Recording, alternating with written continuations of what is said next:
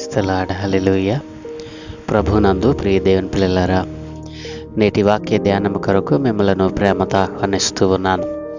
నేటి వాక్య ధ్యానముగా 33వ దావీదు కీర్తన 1 నుండి 11 వచనాలు దేవుని లేఖనాన్ని చదువుకుని ధ్యానం చేసుకుందాం. నీతిమంతులారా, యెహోవాను బట్టి ఆనందగానము చేయుడి. స్తుతి చేయుట యథార్థవంతులకు శోభస్కరము. సితారాతో యెహోవాను స్తుతించుడి. 10 తంతుల స్వరమండలముతో ఆయనను కీర్తించుడి. ఆయనను గూర్చి నూతన కీర్తన పాడుడి. ఉత్సాహధ్వనితో ఇంపుగా వాయించుడి. యెహోవా వాక్యము యథార్థమైనది, ఆయన చేయనదంతయు నమ్మకమైనది. ఆయన నీతిని న్యాయమును ప్రేమించుచున్నాడు. లోకము యెహోవా కృపతో నిండి ఉన్నది. యెహోవా వాక్కు చేత ఆకాశములు కలిగెను, ఆయన నోటి ఊపిరి చేత సర్వ సమూహము కలిగెను. సముద్ర జలములను రాశిగా కూర్చువాడు ఆయనే, అగాధ జలములను కొట్లలో కూర్చువాడు ఆయనే. లోకులందరూ యెహోవా యందు భయభక్తులు నిలుపవలెను. భూలోక నివాసులందరూ ఆయనను వెరవవలెను. ఆయన మాట సెలవీయగా దాని ప్రకారమాయను. ఆయన ఆజ్ఞాపింపగానే కార్యము స్థిరపరచబడెను. అన్యజనుల ఆలోచనలను యెహోవా వ్యర్థపరచును, జనముల యోచనలను ఆయన నిష్ఫలముగా చేయును. యెహోవా ఆలోచన సదాకాలము నిలుచును, ఆయన సంకల్పములు తరతరములు ఉండును. ఆమేన్. ప్రభునందు ప్రియ దేవుని పిల్లలారా, చదువుకొనబడిన ఈ లేఖ నిమిత్తమే ప్రార్థన చేద్దాం. సకల ఆశీర్వాదములకు కారణభూతుడైన తండ్రి, మా మంచి దేవా, నీకు వందనాలు నాయనా. ఏ మంచి లేని మా జీవితంలో మరొక నూతన ఉదయాన్ని అనుగ్రహించారు. ఈ ఉదయమున మేము చదువుకున్న ఈ లేఖన భాగాన్ని మా కొరకు దీవించండి.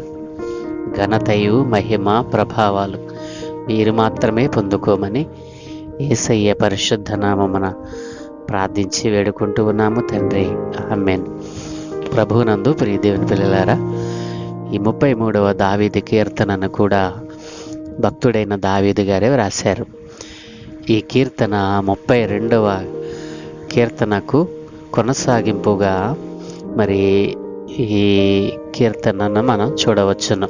ప్రియ దేవుని పిల్లలారా, ఈ 1 నుండి 11 వచనాల్లో మనం చూస్తే దేవునికి మనము స్తుతి చెల్లించాలి. దేవునికి మనము స్తుతి చెల్లించాలి.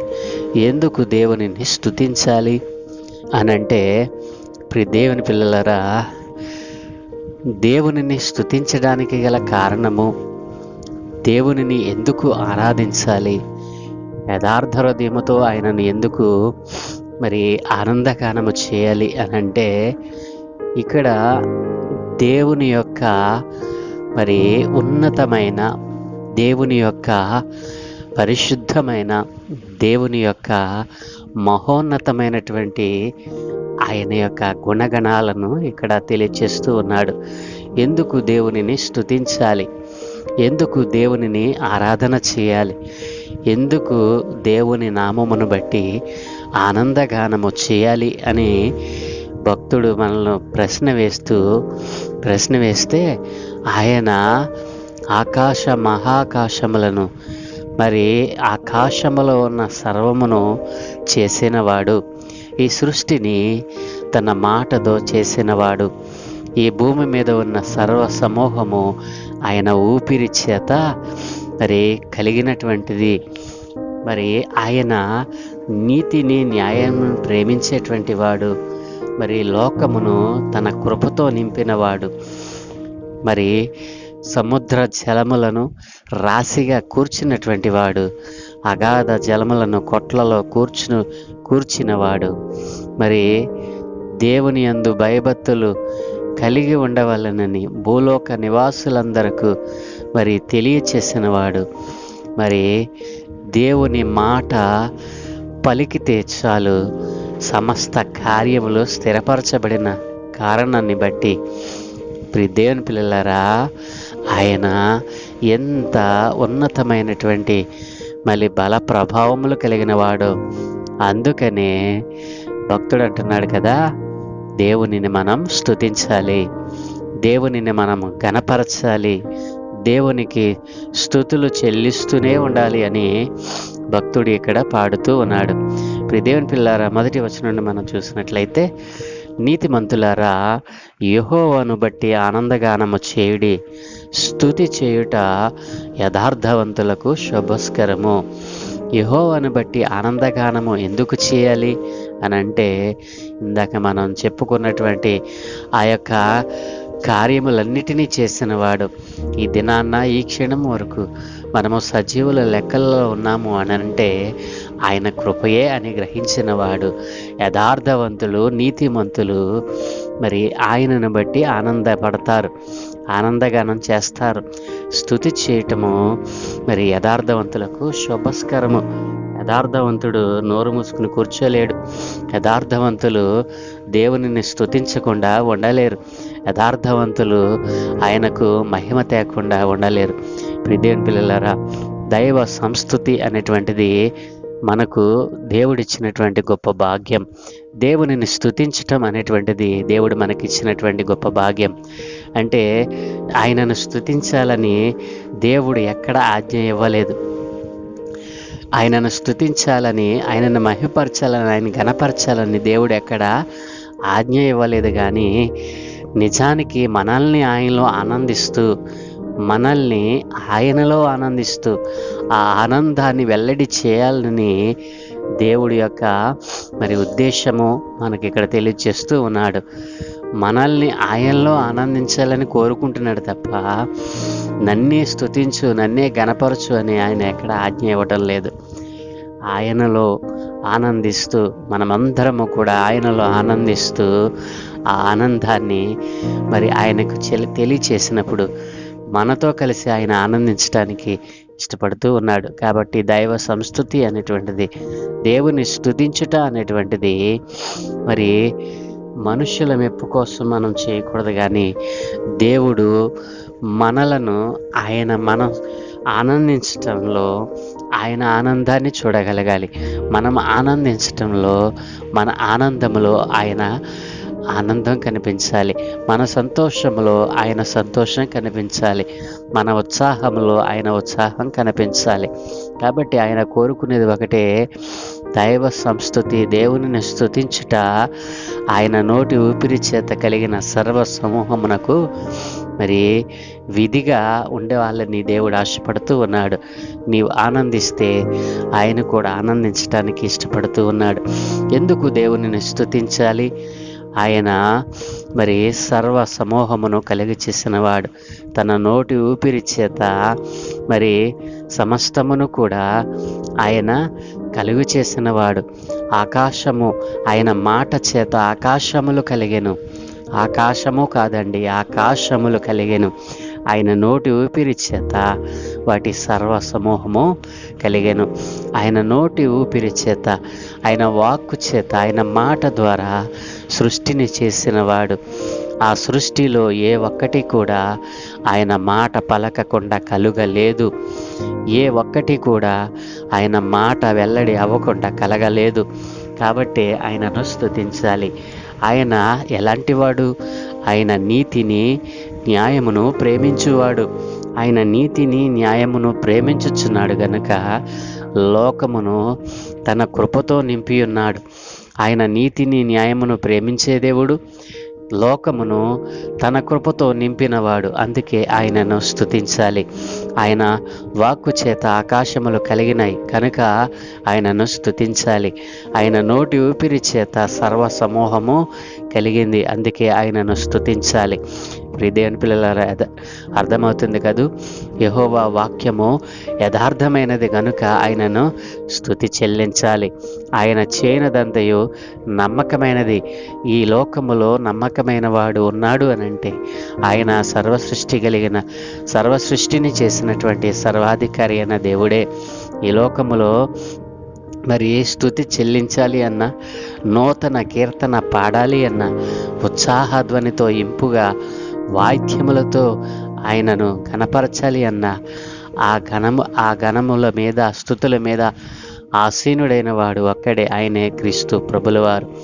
దేవుని పిల్లరా, ఆయనలో సత్యం ఉంది, ఆయనలో మరి జీవం ఉంది, ఆయనలో మరి కృప ఎంతగానో మరి మనకు కనపడుతూ ఉంది. కాబట్టి ఆయన యథార్థవంతులను మరి న్యాయవంతులను ప్రేమిస్తూ ఉన్నాడు.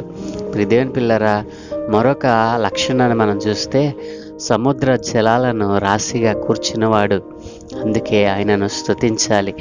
అగాధ జలములన్నట కొట్లలో కూర్చువాడు ఆయనే. అగాధ జలములలో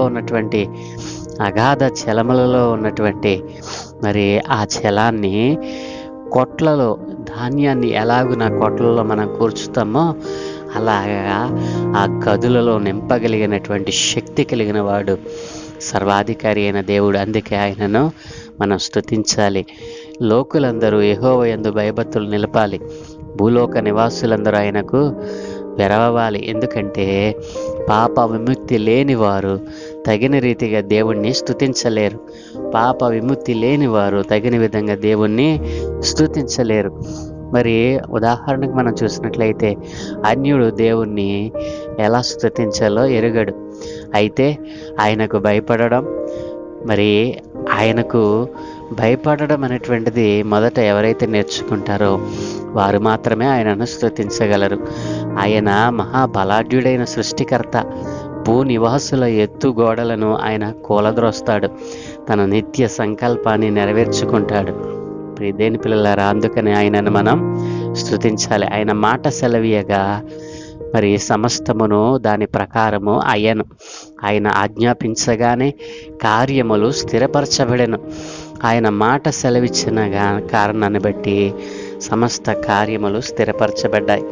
కాబట్టి ప్రియదేవుని పిల్లారా, మరి ఈ రోజున నీతిమంతులను ఆయన అంతకంతకు వృద్ధి పొందిస్తూ ఉన్నాడు. అన్య జనముల ఆలోచనలను యెహోవా వ్యర్థపరుస్తూ ఉన్నాడు. జనముల యోచనలను ఆయన నిష్ఫలముగా చేస్తూ ఉన్నాడు. ఎవరైతే ఆయనకు స్తుతి చెల్లించరో, ఆయనలో ఆనందించరో, ఆ ఆనందములో ఆయనకు పాలును పంచలేకపోతా ఉన్నారో వారి ఆలోచనలను నిష్ఫలము చేసేటువంటి దేవుడు. యెహోవా ఆలోచన సదాకాలము నిలుస్తుంది, ఆయన సంకల్పములు తరతరములకు ఉంటాయి. కాబట్టి ఆయనను మనము స్తుతించాలి. దేవుని యొక్క గుణగణాలు ఎంత ఉన్నతమైనవో. ఎందుకు మనము దేవుణ్ణి స్తుతించాలి? ఎందుకంటే ఆయన మనలను సృష్టించిన సృష్టికర్త. ఆయన మాట ద్వారానే సమస్త కార్యములు స్థిరపరచబడ్డాయి. ఆయన మాట సెలవిస్తే జరగని కార్యం అంటూ ఏది లేదు. కాబట్టి ప్రియదేవుని పిల్లలారా, నిత్యము ఆయనను మనం స్తుతులతో మరి స్తోత్రములతో ఆయనను గణపరచాలి, ఆయనను ఆరాధించాలి. ఆ ఆరాధనలో దేవుడు కూడా పాల్గొని ఆ ఆరాధనకు ఆస్వాదిస్తూ మనలను దీవించాలి. అలాగున మన నిత్య స్తుతి ఉండాలి తప్ప మొక్కుబడిగా ఏదో వెళ్ళాము వచ్చాము అన్నట్లుగా, ఆరాధించాము స్తుతించాము అన్నట్లుగా ఉండకూడదు అని దేవుని యొక్క గుణగణాలను ఇక్కడ భక్తుడు మనకు తెలియజేస్తూ ఉన్నాడు. కాబట్టి ఆయనను ఎందుకు స్తుతించాలి అనంటే ఆయనే మనలను సర్వ సృష్టిని చేసిన గొప్ప దేవుడు, ఏకైక దేవుడు. దేవుని పిల్లరా, దేవుని స్తుతిస్తూ ఉన్నావా? అన్ని సమయాలలో ఆయనకు మహిమను తెస్తూ ఉన్నావా? నీ జీవితంలో దేవుణ్ణి స్తుతించేటువంటి ఆ భాగమును ఒకవేళ లేదేమో. దేవుణ్ణి స్తుతించకుండా అన్యులు చేస్తున్నట్లుగా నీవు నీ భక్తిని చేస్తూ ఉన్నావేమో. జాగ్రత్త, దేవునిని స్తుతించాలి, ఎందుకంటే ఆయనే నీ సృష్టికర్త. ప్రార్థన. మమ్మల్ని మిక్కిలిగా ప్రేమించుచున్న మా ప్రియ తండ్రి, గొప్ప దేవానికి వందనాలనైనా. ఉదయకాలమున నిన్ను ఎందుకు స్తుతించాలో నీ భక్తుడు పాడి స్తుతించినటువంటి మాటలను కొన్ని జ్ఞాపకం చేసుకున్నాం తండ్రి. నీవు యథార్థవంతులను, న్యాయవంతులను, మరి నీ యందు భయభక్తులు గల వారిని ప్రేమిస్తూ ఉన్నావని, నైనా నిన్ను ప్రేమించు వారు నిన్ను నిత్యము స్తుతిస్తారు అని, వారి స్తుతుల మీద నేను ఆసీనుడనవుతానని సెలవిచ్చావు నాయన. ఎందరైతే నాయన నీకు చెందవలసిన స్తుతులు చెల్లించకుండా అజ్ఞానపు మార్గంలో నడుస్తూ ఉన్నారో, స్తుతి చెల్లించకుండా నాయన ఎందరైతే నాయన ఇదిగో అన్యజనుల పదంలోనికి వెళ్ళిపోతా ఉన్నారు, ఇట్లాంటి వారందరితో మీరు మాట్లాడారు. వారందరినీ మార్చండి నాయన. నిజమైన స్తుతులు నీకే చెందాలి. అయా సర్వ సృష్టిని చేసిన గొప్ప దేవుడవు. నీ మాట చేతనైనా సర్వ కార్యములు స్థిరపరచబడతా ఉన్నాయి.